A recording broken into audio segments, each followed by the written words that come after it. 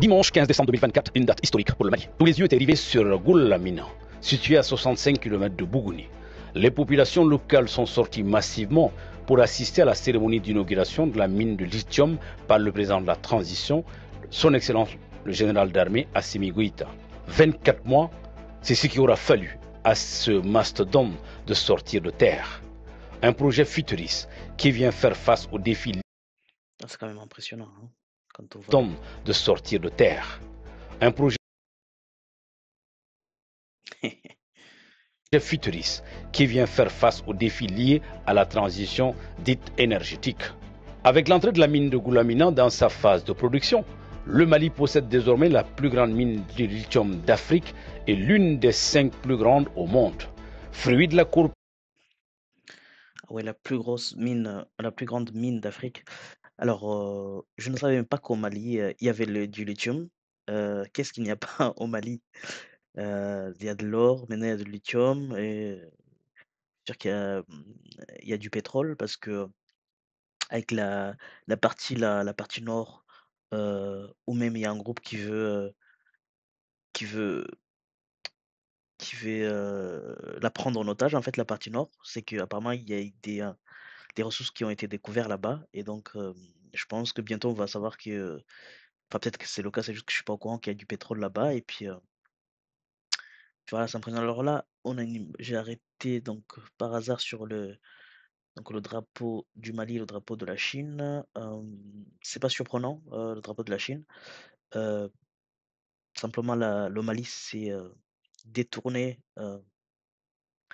des occidentaux, donc la France, notamment et donc tout naturellement, bah, ils se tournent vers, les pays de l'Europe de l'Est, notamment la Russie, par défaut en fait la Russie et puis ici la Chine avec, donc la Chine elle est connue, pour tout ce qui est industrialisation et puis même, tout ce qui est développement. Si on veut se développer, il faut apprendre il faut aller voir la Chine, hein, donc je pense que c'est le pays, c'est l'exemple à suivre par excellence, hein. Il y a pas, heu, donc là la Chine qui non seulement, bah, montrer exemple, mais qui vient soutenir, les pays en développement pour, voilà, les faire avancer. Ça, c'est une bonne chose. Opération sino-malienne, l'usine de lithium de Goulamina est exploitée par Lithium du Mali SA, avec comme actionnaire principal la société chinoise Gafen. OK, donc c'est géré par le Mali, mais l'actionnaire principal est la Chine. Ce qui veut dire que, du coup, la Chine est propriétaire de la mine? Après donc plusieurs décennies de production aurifère, le Mali, sous la vision éclairée du général d'armée Assimi Goïta, entame une diversification de l'exploitation de ses ressources stratégiques. Vous savez que pendant longtemps, notre pays a été reconnu comme un grand producteur d'or.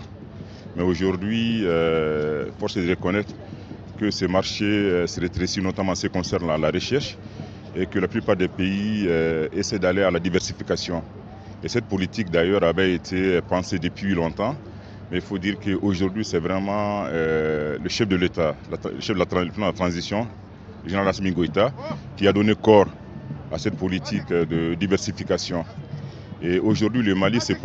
Ah oui, bah, j'en suis sûr qu'il y avait beaucoup de projets, en cours. Il y a toujours c'est vrai qu'on n'a pas vu de projet, aboutir dans cette région-là, des projets, des vrais projets, hein. Je parle pas de livrer des repas à des gens soi-disant en catastrophe naturelle, hein. Je parle des vrais projets qui vont avancer et bien que ces gens-là, il faut les aider, mais enfin, c'est pas le 1 000 000 d'euros par ici qu'envoient les pays de l'Occident pour aider, qui font avancer les choses. Donc ouais, c'est vrai que là, avec les nouveaux, avec l'AES, là, on peut le voir comme elle avance, hein. Elle avance beaucoup plus que les pays qui sont encore dans la CEDEAO et puis ça se voit, enfin ça se voit l'avancée qu'ils font et c'est incroyable, ouais, franchement c'est incroyable ce qui se passe. Positionne comme un grand champion de la production de lithium et pour qui connaît ces minerais extrêmement stratégiques pour la transition énergétique. Voilà, mon point c'est qu'il y avait des projets, il y a toujours eu des projets mais ils aboutissaient pas pour des raisons qu'on connaît. Voilà, on sait que l'Occident ne voulait pas, n'avait pas d'intérêt à voir l'Afrique se développer. Et donc maintenant que la France n'est plus dans leurs pattes, bah, les projets, ils sont là, mais surtout, bah, ils se réalisent. Voilà. Et je pense que c'est ce que va apporter euh, ces présidents, en fait, ces dirigeants de l'AES, c'est qu'ils vont exécuter les projets, ramener les projets jusqu'au bout. Et puis, voilà, c'est ce qu'on voit. Énergétique, alors nous pouvons tous comprendre qu'aujourd'hui c'est un grand jour. Aujourd'hui, l'État du Mali a montré sa bonne volonté et a montré qu'il est un État sérieux.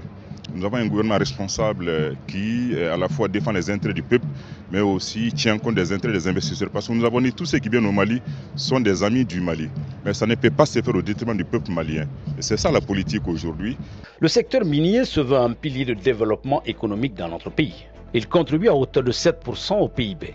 Ces dernières années, sous l'impulsion des autorités de la transition, le secteur prend un tournant décisif. Un nouveau code minier a été adopté en L'homme du peuple, Assimi Goïta, son excellence. 2023, ce qui accorde 30% de participation à l'État malien dans la mine de Goulamina.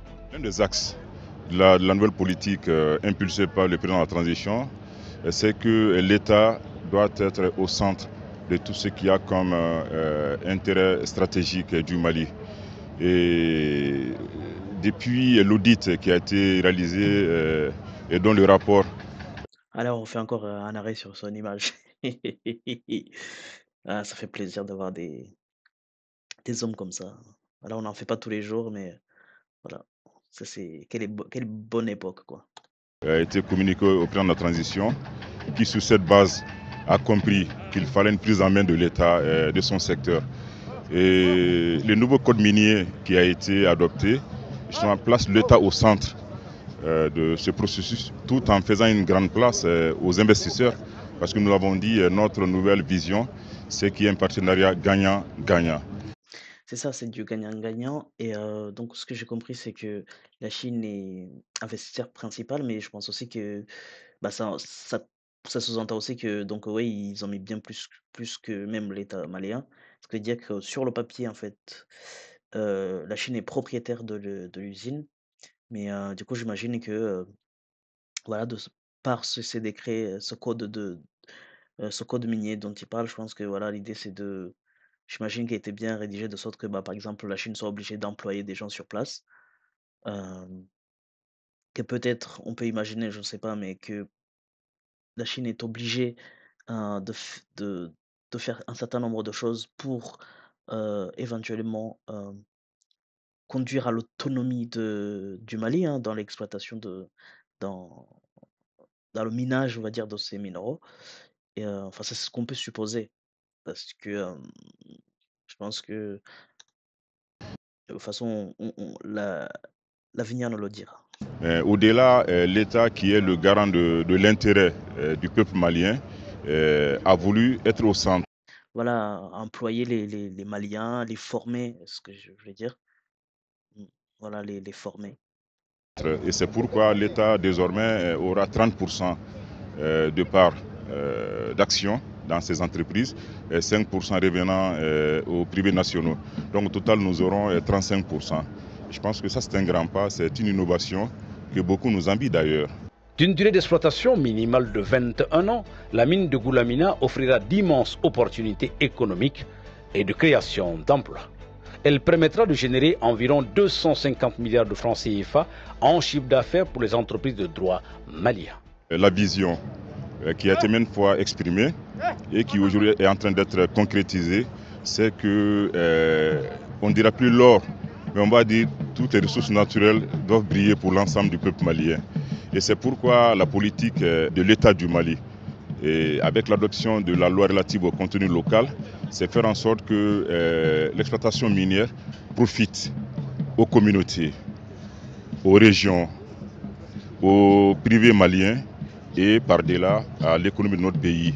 Et je pense qu'il y a tout un dispositif juridique qui fait en sorte que l'État tire son épingle du jeu, comme on dit.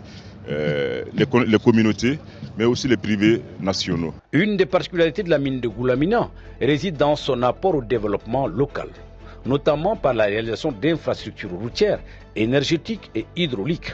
Une immersion dans l'unité a permis au président de la transition d'apprécier de visu l'usine d'exploitation de la mine ainsi que de nombreuses opportunités économiques qu'elle offre à notre pays. Effectivement, il va y avoir beaucoup de retombées qui vont impacter positivement l'économie malienne. D'abord, un premier chiffre d'affaires de 680 milliards est attendu et ces 680 milliards seront rapatriés au Mali et alimenteront les banques maliennes pour poursuivre le développement économique et tout ce qui concerne les activités économiques. Aussi, il y a des dividendes à hauteur de 71 milliards de francs CFA, dont 30% reviendront à l'état du Mali et 5% au secteur privé. Et aussi, il y a un investissement de 25 milliards pour le développement communautaire, c'est-à-dire tout ce qui concerne la construction des routes, des centres de santé, des écoles et surtout l'énergie. C'était un début de solution, mais Ciel déjà qui a 2000 emplois directs et indirects. En plus de cela, il y aura un investissement de 25 milliards de francs CFA qui va permettre à nos entreprises, effectivement, tout ce qui est acheminement de carburant, tout ce qui est l'utilisation du ciment. Toutes ces initiatives vont accroître davantage l'employabilité, augmenter le nombre d'employés. Le Mali se positionne donc comme leader de la production du lithium en Afrique. La politique de diversification ainsi que les réformes effectuées dans le secteur minier ont d'ores et déjà porté leurs fruits au plus grand bonheur du peuple. Ouais, c'est une excellente nouvelle. Maintenant, je ne peux pas m'empêcher d'avoir cette pensée en arrière en me disant, il faut aussi que derrière, parce que là, là, on mine le lithium, mais il faut vraiment que sur place, il y ait des sociétés, il y ait des petits groupes de personnes qui se lancent dans l'exploitation du lithium, en fait, simplement. Ils ont une mine, franchement, ça serait super s'il y avait une société qui se lance dans la fabrication de piles à lithium. De, et voilà, ce qui conduirait naturellement à la création des batteries au lithium. Et, euh, et je crois qu'il y a des gens, des Maliens, donc s'il y a des Maliens qui m'entendent, voilà, qui ont ces connaissances-là et qui peuvent se lancer, mais il n'y a pas de petits projets, franchement. Il n'y a pas de petits projets. Je pense aux chimistes, ceux qui ont fait de la chimie. Franchement, si vous êtes capable de créer des piles au lithium, lancez une petite usine, même des petits. Parce que je me dis que une fois qu'on sait créer des petites choses, après on peut industrialiser, on peut créer des batteries électriques, enfin des batteries au lithium, pour que ce soit des voitures et même pour le stockage de l'énergie. Voilà, on sait qu'il y a souvent des coupures de courant. Donc, franchement, il y a beaucoup d'applications et je pense que c'est aux Maliens, c'est au privé, parce que c'est ça le truc, c'est qu'il faut pas aussi attendre que l'État fasse tout. L'État doit faciliter la chose, mais je pense que c'est au privé de se réinventer, de, de- d'avoir cette vision-là et de profiter, simplement de profiter.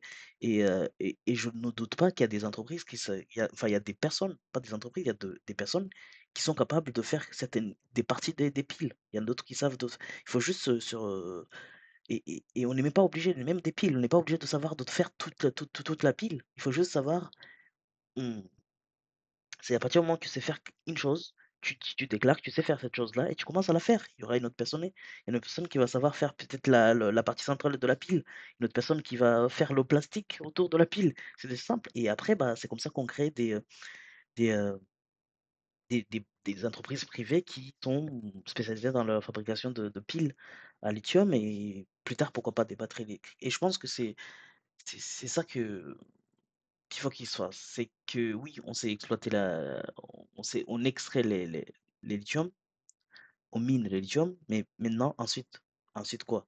Et je pense que c'est aux Maliens, aux personnes, même pas aux entreprises qui sont déjà créées forcément, mais des personnes aux personnes qui savent faire, qui savent traiter le lithium.